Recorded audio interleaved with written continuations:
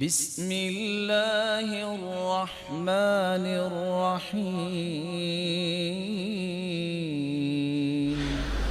رسول اللہ صلی اللہ علیہ وآلہ وسلم کے پاس ایک شخص آیا اور اس نے آ کے ایک عذر پیش کیا، یا رسول اللہ صلی اللہ علیہ وسلم، انی لا استطیع ان آخذ من القرآن شیئا فعلمنی ما یجزئ بی فعلمنی ما یجزئنی بی۔